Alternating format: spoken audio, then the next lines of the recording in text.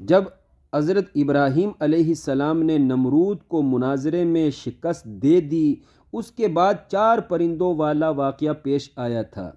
تفسیر نعیمی میں لکھا ہے، حضرت ابراہیم نے نمرود سے مناظرہ کرتے وقت یہ بھی فرمایا تھا کہ اے نمرود سن، میرا سچا خدا وہ ہے جو کائنات کی تمام مری ہوئی مخلوقات کو قیامت کے دن زندہ کر کے سب کو اپنے سامنے میدان محشر میں سمیٹ دے گا،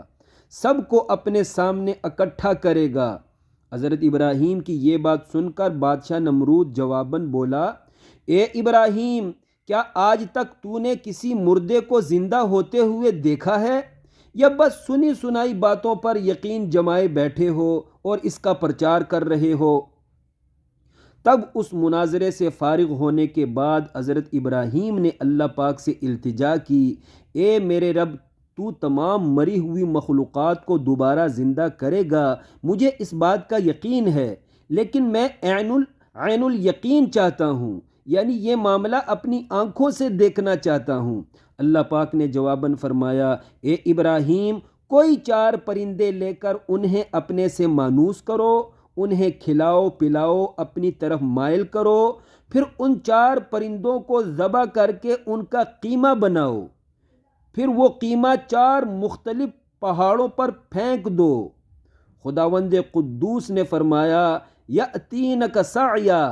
اے ابراہیم، وہ چاروں مرے ہوئے پرندے اپنے اپنے مقام سے پیدل دوڑتے ہوئے تیری طرف آئیں گے۔ اور پھر ایسا ہی ہوا تھا۔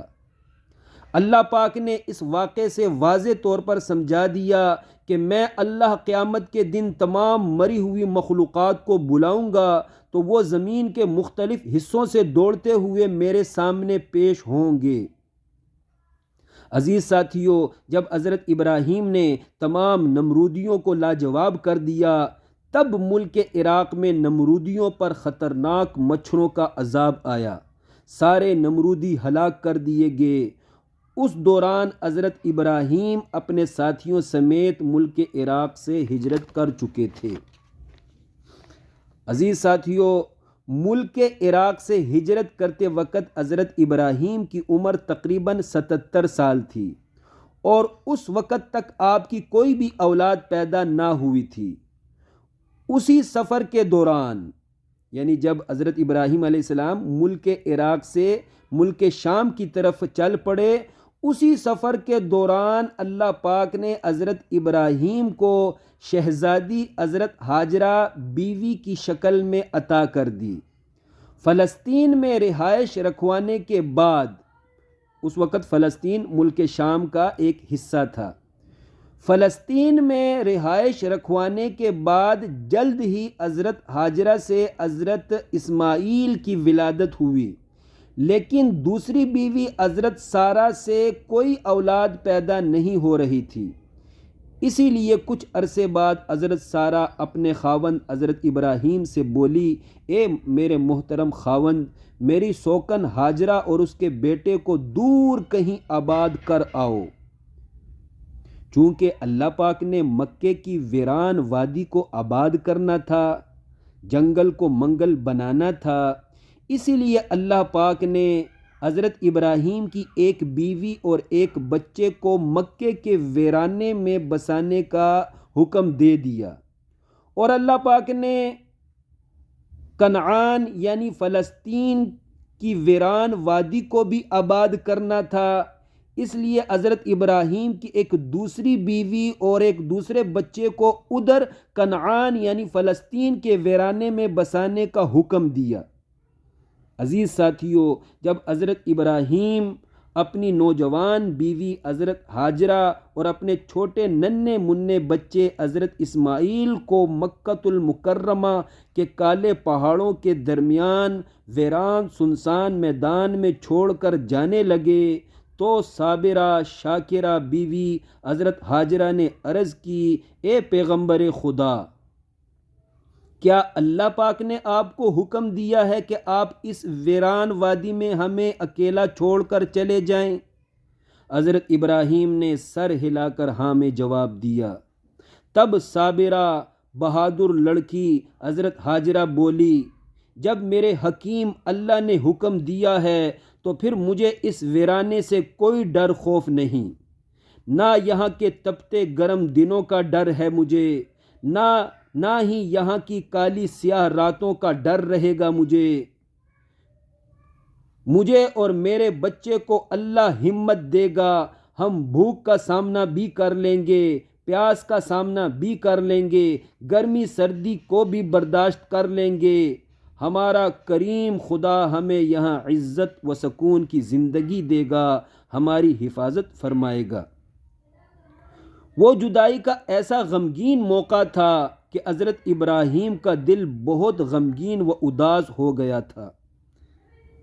اس لیے اپنے مالک کے آگے التجا کی،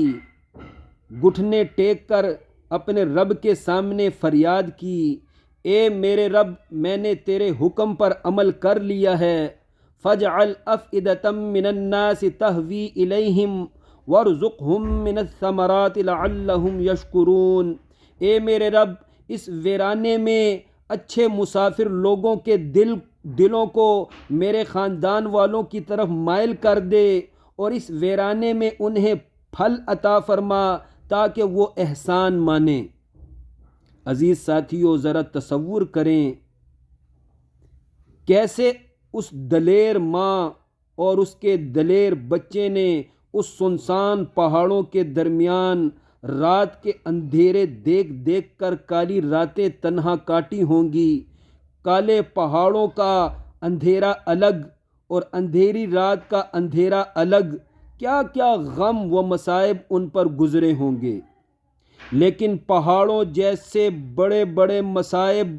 اس عظیم شہزادی حضرت ہاجرہ نے خندہ پیشانی سے برداشت کیے،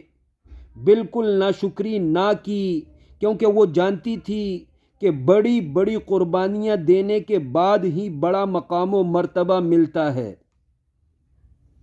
عزیز ساتھیو، آگے قصہ سنیے۔ ایک عرصہ گزر جانے کے بعد حضرت ابراہیم ملک شام سے مکہ مکرمہ آئے اپنی بیوی اور بچے کو ملنے کے لیے۔ اسی رات خواب میں اللہ پاک نے حکم دیا کہ اپنے بیٹے اسماعیل کو ذبح کر دو۔ اللہ نے اس حکم سے مخلوق کو ایک واضح پیغام دینا تھا۔ اللہ حکیم نے، اللہ کریم نے اس حکم سے مخلوق کو ایک واضح پیغام دینا تھا کہ سچا خدا کسی بھی شریعت میں بچوں کی بلی چڑھانے کی اجازت نہیں دے سکتا۔ سچا خدا کسی بھی شریعت میں بچوں کی بھینٹ چڑھانے کی اجازت نہیں دے سکتا، خواہ ذبح ہونے کے لیے بچہ اور اس کے والدین مان بھی جائیں تب بھی سچا خدا ایسے کام کے ہونے کو پسند نہیں کر سکتا۔ لہٰذا بچوں کو بلی چڑھانے والی رسم انسانیت کے خلاف ہے۔ اس دور میں بھی حضرت ابراہیم کے ماننے والوں کو اس بات کی سمجھ آ گئی کہ بچے کی قربانی کو سچا خدا گوارا نہیں کر سکتا۔